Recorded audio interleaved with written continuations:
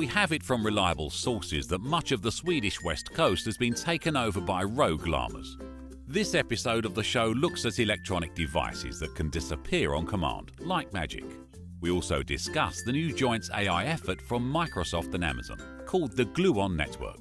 And then, finally, a healthy discussion on the state of the mobile platforms and apps to do with them.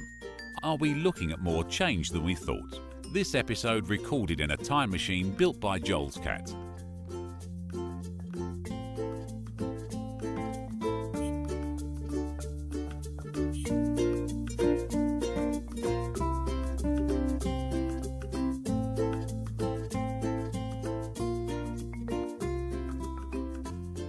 Hello and good evening. Welcome to another episode of The Dane and the Pain, the show that built their own neural network to enable pizza ordering from suborbital space stations. This is a very cozy episode, Joel, because I can hear your fireplace crackling in the background, and it's making me warm and fuzzy, and I just want a brandy and a big cigar, a bathrobe or something. I'm not sure. Okay, now I'm going to have to wash that image out of my head now.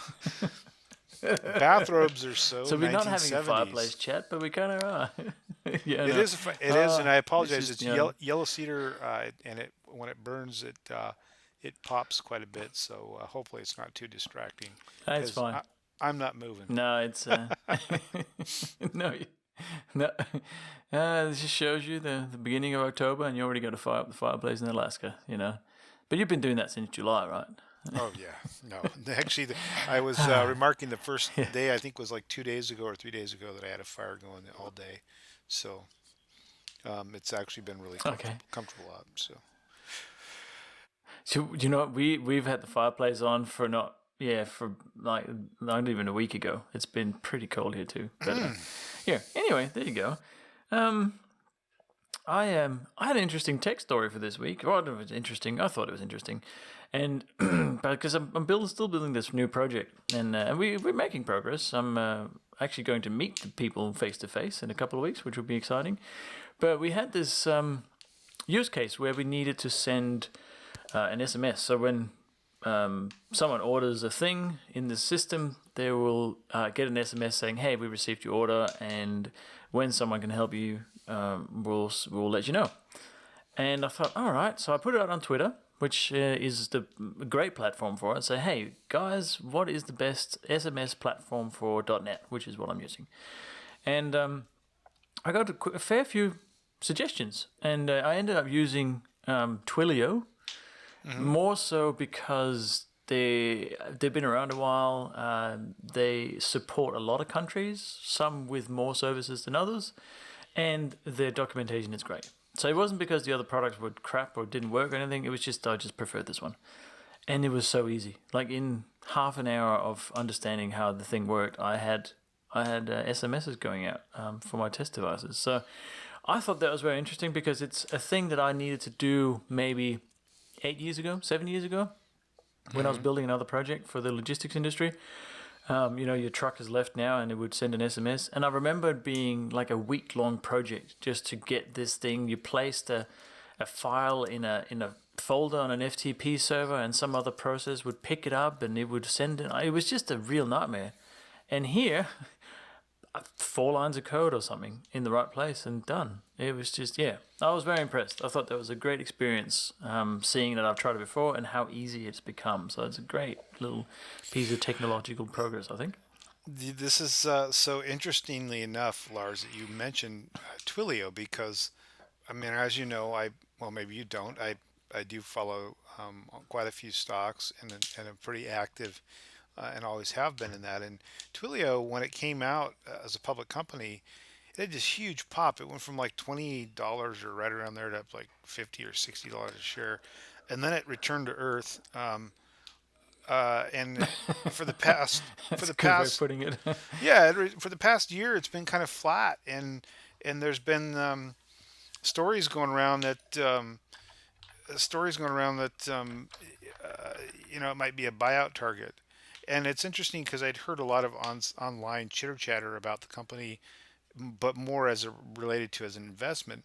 What I'd never heard was someone like you who's a customer, who's using the product, and the other part that's interesting to me is that it's a U.S. company, but I knew that it had fingers in the rest of the world.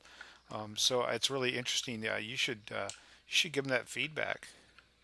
Yeah, well, and they're really proactive as well, because then I put on Twitter, yeah, I went up, ended up going with Twilio because of these reasons, and then within half an hour, and I never tagged Twilio in anything. I just used the word Twilio, right? I didn't use Yeah. hashtags or the handles or anything.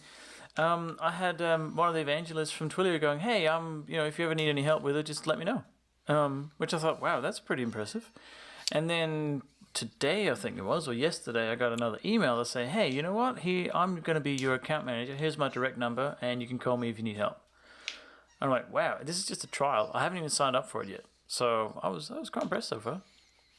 Well, we didn't. I don't think we intended on doing a show about Twilio, but that's No, not at all. that's a pretty positive. It's a good experience. I'd like to share it. Yeah, So. absolutely. And that's now that I just pulled up the stock, the chart, and I'm like thinking, well, this might be a good time to buy that. So for all you home gamers out there that buy and sell stocks, look at Twilio.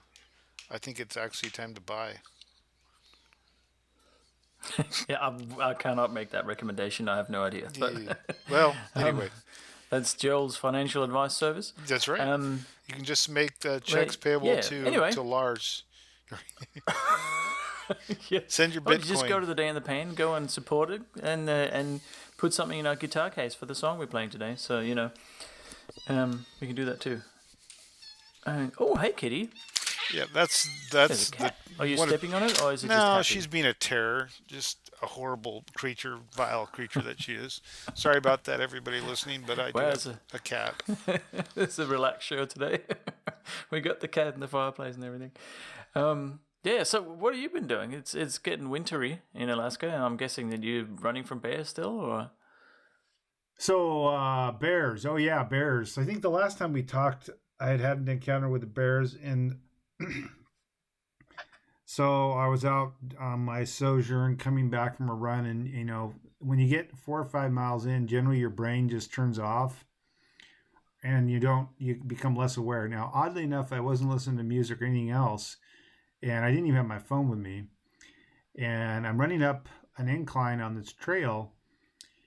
And I listen, or I hear to my left as I'm running up this incline the sound of a bear groaning. And as I turn to see, the bear turns around. This is probably 12 feet away and runs back into the bushes. It runs back into the bushes. And I wouldn't have even known he was there or she was there, that's close. That's really close. yeah, and except for the noise. Well, so then at that point, so what do you do? So, I mean, I'm obviously, again, I'm not going to outrun a bear. So I stopped and made noise and kept making noise. And it was a good excuse for me to stop running and walk. And it was uphill. So, yeah, that was my latest encounter with a bear, which is unusual. Usually I don't, they're around, but I never see them. So anyway, I digress. Jeez, 2 in 2 weeks. Yeah, okay. Yeah, it's not. I don't need bears. I'm okay without bears. Well, you guys have drop bears, which are much more This is fearsome. true, but you don't see them. There's no reason to worry because you don't see them until it's too late. Yeah, So no, why worry? at that point, it's all over. Exactly. There's no point.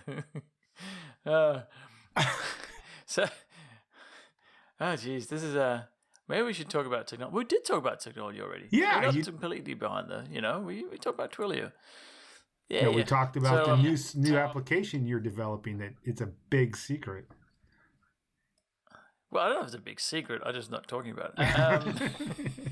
Okay, let's go on. All will be revealed in due time.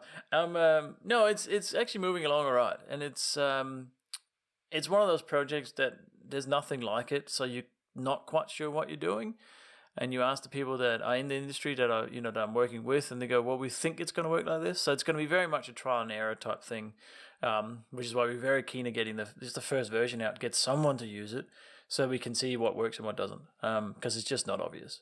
And it's not like building another car. Like you can base it on previous cars. There just isn't that kind of precedence for it. So Yeah, it'll all work out all right, and we'll get a product in the end. So we'll see how that goes. But you found this really cool thing, and I didn't even know this was a thing that you could do. But it says electronic devices that can degrade and physically disappear on demand, and it was kind of one of those moments of mind blown, because I just like, what? How did it sounds like very science fiction-y, right? But it's a real thing, and it's a U.S. and Chinese-based research team or team of researchers that have got electronic devices that, based on moisture content in the air, will degrade, and it's a way of getting a life cycle or life expectancy, I guess, on your devices.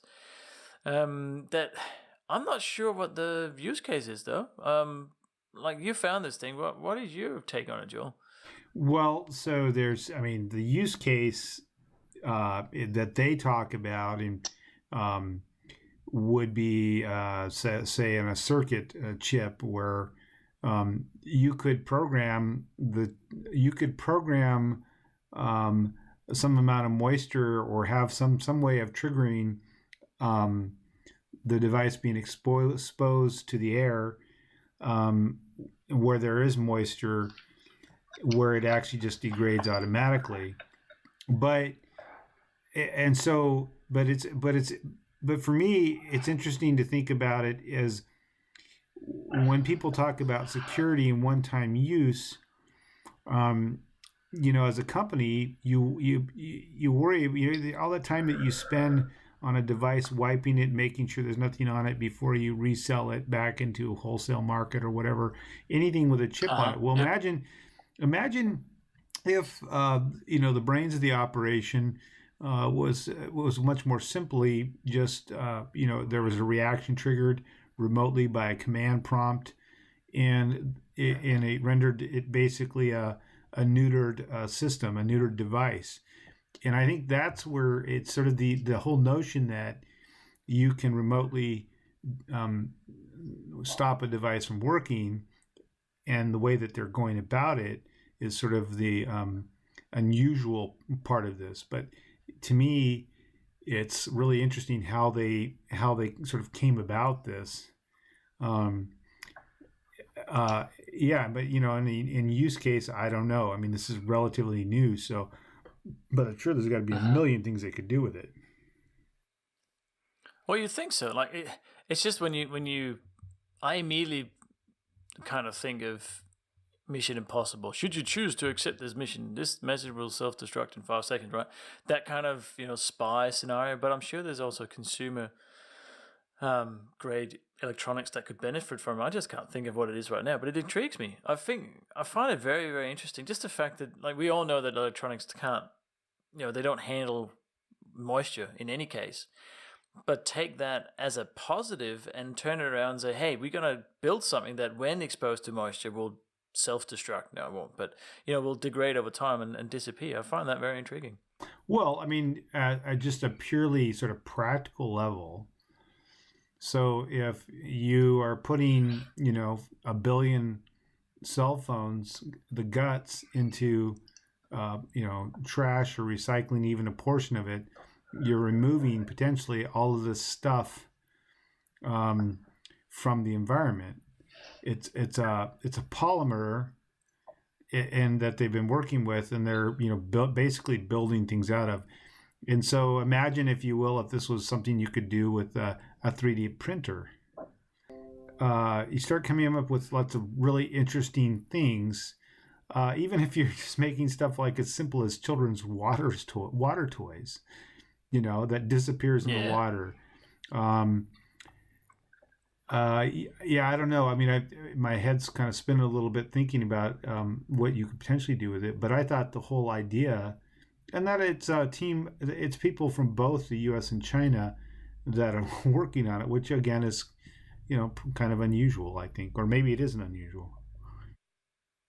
Well, there's at the end of this article, which I didn't actually get to, they're saying, in medical implants, that's a very good idea. So you can say you swallowed a thing that was measuring something, and had had some sort of chip in it that would transmit data for some time, and they would just disappear, and there wouldn't be anything left. That's a good idea. That makes sense. That actually makes a lot of sense. And I'm sure there's other things. Another example might be, since you're a gearhead, but imagine you're having engine issues. Imagine if you could drop this in your fuel system. It's the size of maybe it's the size of a little bit bigger than a grain of salt or something. You simply put it in your fuel. It sends back the information you need and disappears. Yeah, absolutely. I mean, the more we think about it, the more use cases we find. The other one I thought, we talk about implantable chips for animals to monitor them, and this would be something again you could use in an animal where it could degrade. There's all sorts of ways. I think the trick is finding different ways of triggering it, the degradation. That is to say, so it's not moisture that triggers it, that it's temperature, or that it's the correct auditory frequency, or it's the right current.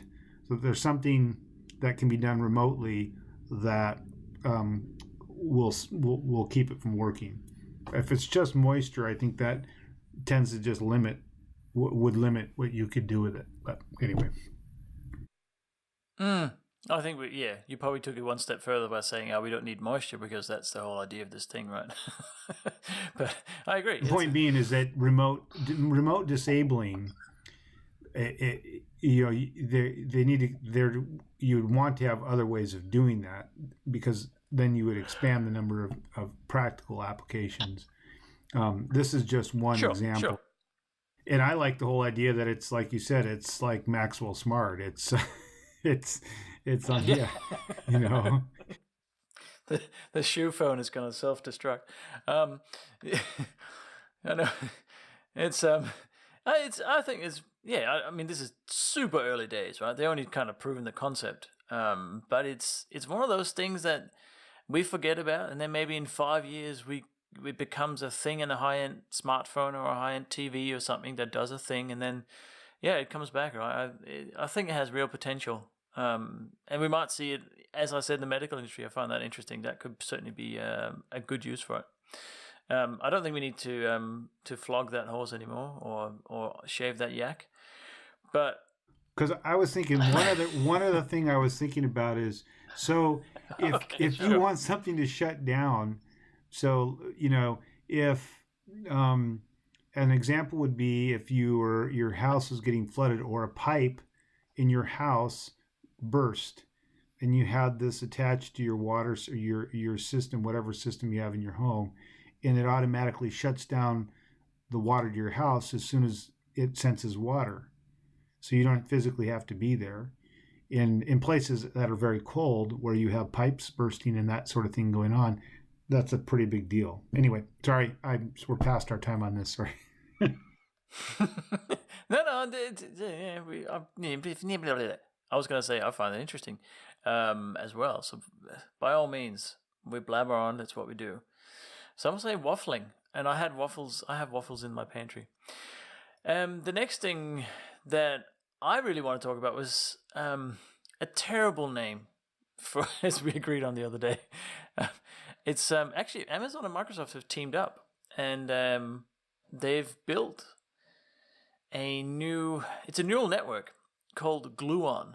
And I don't know how they came up with that name, but anyway, it's called Gluon, and it's they call it an open source deep learning interface. And the idea with this is to let developers prototype, build, train, and deploy sophisticated machine learning models for the cloud devices at the edge and mobile apps. Obviously, I just read that out from the article, but it's like big data, machine learning. All this is really hard, and it requires a ton of resources. But if we let developers use this sort of neural network to build very early prototypes and just use it, we could progress that whole industry or that whole segment a lot more. So I'll just read out another segment here from the article. It says, deep learning involves training a computer to recognize patterns or unlock insights based on a set of rules for parsing a massive pool of data. So there's also called machine learning. They call it deep learning here. I'm sure there's a difference that I'm not aware of, but essentially having a huge pool of data, so we're talking billions of records or something, and somehow setting up a system that automatically figures out what the system is. So it's kind of learning itself about what the data does. If you know something about the data, you can give it pointers, and from that you sort of build up almost like an AI, artificial intelligence system that can make decisions based on the data that it has. It's very cool. I find it very, very difficult to understand and very, very, very, very cool to read about. So what it does, this is because I'm a simpleton and I like to have things that I can understand, is it gives an individual application developer the ability to look at the usage of their software, like one of the big boys. And actually, I posted on our Twitter handle, I posted the GitHub. The API is out there already for people that. Oh yeah. So if people GitHub.com/Gluon-API. There you go. But I think, I mean, there's a lot of levels of interest, but that's very cool. I'm kind of interested in the fact that you have the two major primary cloud service providers in the world. I think between the two of them, Amazon and Microsoft, they probably have, I don't know, north of 80% of the market, 80, something like that, depending which service you're. I actually don't know. It might be. Regardless, that they're the top two, that they're coming together to create this API in this service, basically to serve software developers. And I think that points really more and more towards their commitment to, not necessarily being mobile in the sense of the phone in your hand, but mobile in the sense that everything that makes mobile useful, they're going to help improve. So, I mean, sorry, I'm down a bunny hole there, but I hate the name too. No, I think we can go a bit further down the rabbit hole. I think the reason that these two massive tech giants have teamed up is, they are probably the biggest cloud providers, cloud computing services providers. But there's also this whole discussion around AI, and we always seem to come back to Elon Musk, but him and Stephen Hawking have said that AI is the biggest threat to humanity's existence, right? Because once you get AI working and it knows about itself, it'll just keep learning and it'll exponentially go faster and faster and just surpass humans in the blink of an eye. That's their theory. I'm wondering if, because this allows developers to, essentially build really, really sophisticated deep learning systems with something like Python, which is a very, very approachable language, and it's good for learning to program. They can sort of manage who does big scale AI stuff. I don't know if that's kind of a thought behind it, but it seems that way, that they're trying to keep an eye on what is going on with this artificial intelligence space, not just for a business sense, but also from an ethical sense. Anyway, that's just my thought on it. I think also that the other thing that Amazon and Microsoft have in common is that they both, in many respects, missed the mobile application sort of, in the last 10 years of it, basically. And so this is a backdoor to developers, and it's also a leap ahead of, at least as far as I know, I'm not aware of Google or Apple with a similar service. My guess is they probably will have something tomorrow, but it allows them to pull ahead of that, and it's open source, which again sort of underscores that commitment. I just thought it was interesting, that combination, and I think that the next thing they should do is have a contest to name it something else. Absolutely, it's terrible. I don't know who came up. Why is it called Gluon? I need to know why. Why is it called Gluon? Well, the thing is we remember it. right? So that's one thing. So Well, I do now. something right, but And I'm sorry, listener, you're going to dream about Gluon. We've said Gluon so many times now. Gluon. sorry, I just correct. It sounds like, I don't know if you guys get those late night, where they're selling the Sham Wow or something like that. The products, they sell the products on TV, and it sounds like a late night marketing product, but Order now and get you a free set of steak knives. with your glue on. God. It sticks. I think it sounds like a really terrible American car. The new Pontiac Gluon. We should make a fake commercial for it just to be funny. We should, even though Pontiac doesn't exist anymore. I know that. So yeah, I don't know what else to say about it. I think it's still early days. They got a GitHub page. You can go and play with it if you have that desire. I'm not sure what I would build with it, but you can. And that kind of, well, you kind of touched on it, but I just wanted to have off the bat kind of discussion on this whole mobile app space. Like we just said that Microsoft and Amazon don't actually exist really in the mobile space anymore, except with apps. And I don't know. I had the reason I've thought about this is that the other day I had a meeting with a company in Melbourne about building some Xamarin apps. Some apps that are built with .NET C# for iOS and Android. And the conversation then kind of steered into them using a particular hybrid model that they found worked really well. And it made me think of we've got native apps, which are the apps that are written directly for Android and iOS, and they can be written in Java or they can be written in Swift or some Objective-C still, I'm sure, for iOS. But they can also be written in Xamarin with C#, and there's other ways that you can write them with Cordova and stuff like that for if you're an HTML JavaScript type person. You can also just have a website on a phone. And the project I'm building right now is that we decided to just go with a website on a responsive website that'll just adapt to the phone layout and show one or more things or hide some things or whatever it might be, because it does everything we need. We don't need to have a native app. And then now there's this yet a new thing called a progressive web app.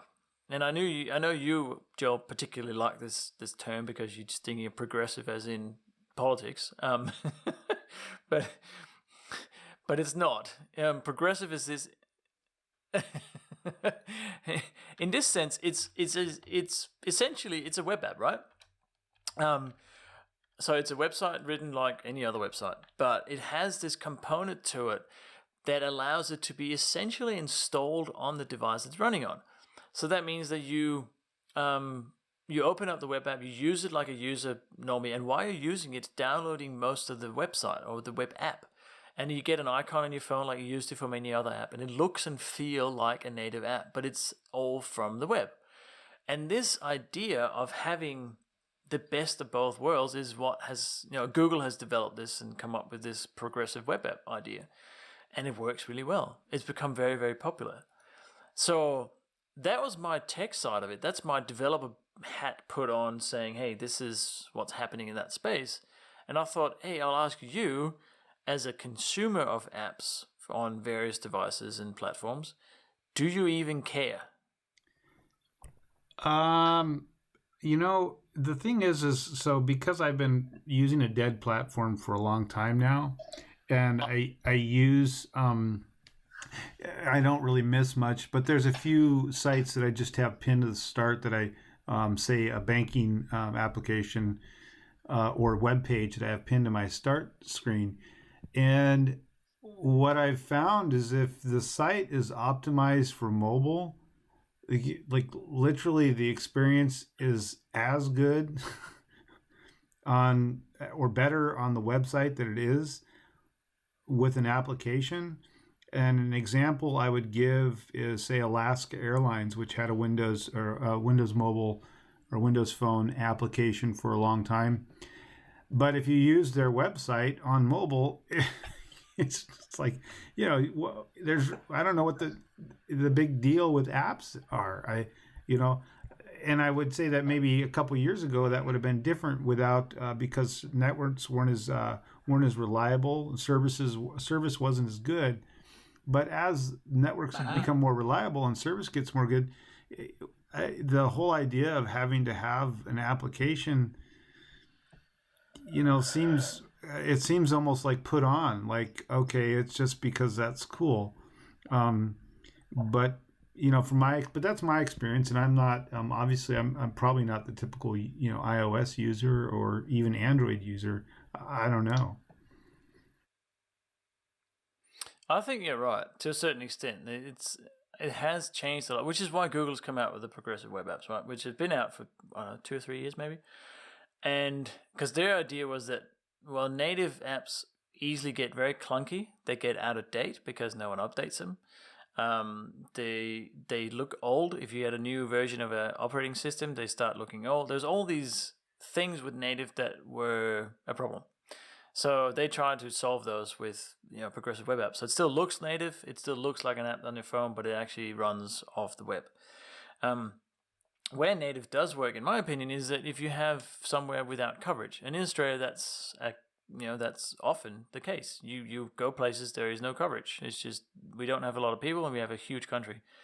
And one example I had was like the Royal Flying Doctor Service wanted to have an app that they could use as a guide, as a handbook.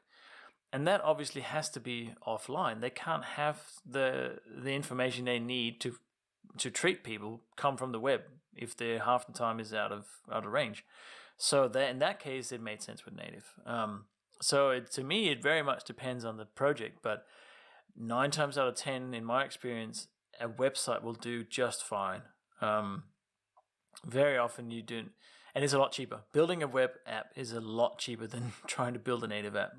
And a lot of companies don't appreciate that you require 6 months' work sometimes to build a native app. And it's expensive. And they can only sell it for $1 or $2. And that becomes more the conversation rather than if it's a good idea to build it. It becomes a financial issue. So web apps, in that sense, often makes more sense. I think the things that I see that I hear complaints about in that sort of scenario is how it renders on the phone, on mobile versus, and you get sort of these weird overlays. But I think web wrappers. That used to be sort of the most disparaging thing you could say about an application. Oh, it's just a web wrapper. But in the end, consumers are probably not going to notice most, anyways, as long as they can get what they need. One of my questions for you would be is security.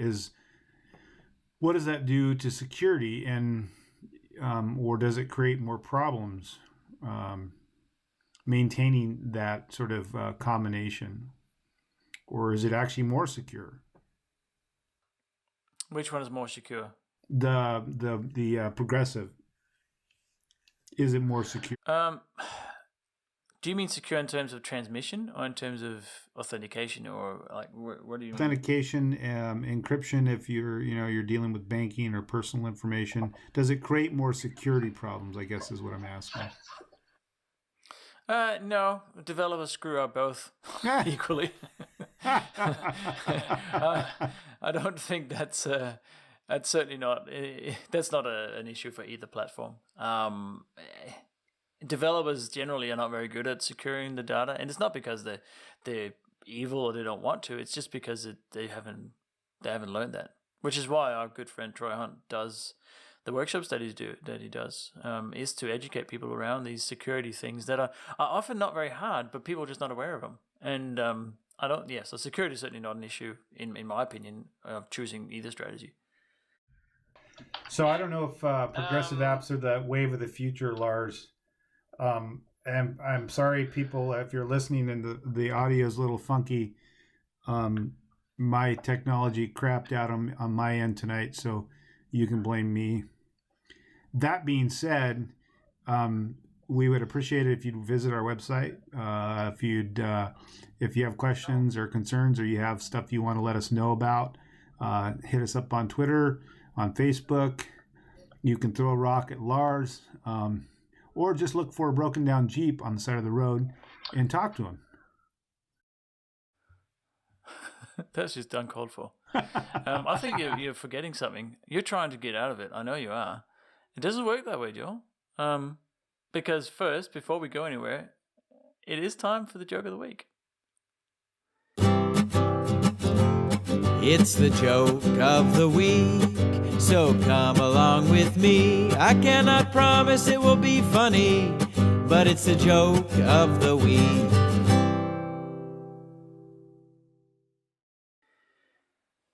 So this one's a short one, but I thought it was very clever. And biology is the only science in which multiplication is the same thing as division.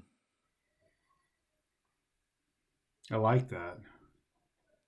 Yeah? I don't know that it's much. I mean, I like that.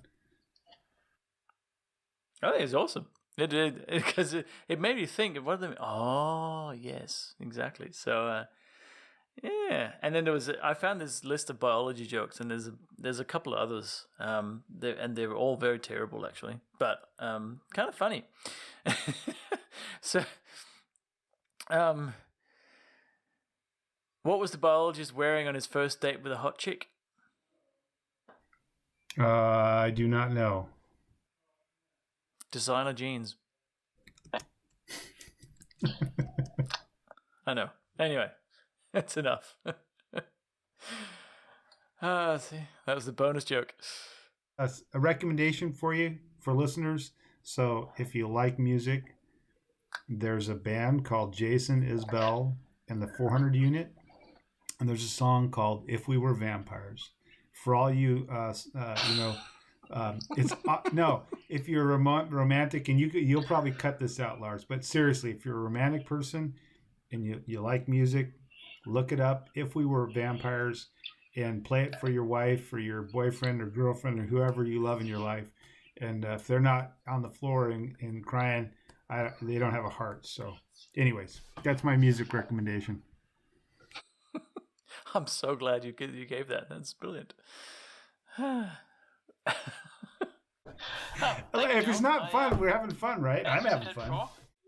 Yeah, exactly. As you said before, if you do like the show, we very much appreciate support. We have had some good comments, actually. We've had some comments that said you guys are idiots. We appreciate those as well, and they're still listening to us, so we must be doing something. It's the joke. I know it's a joke. So we must be doing something right. And no, seriously, go and start a discussion on any of the topics that we talked about on any episode. We monitor it all. We know where you live, so and we don't know where you live, so we appreciate all feedback. All right, I'm gonna go. Keep digging. I have cookies to eat. Good night, Lars. Bye.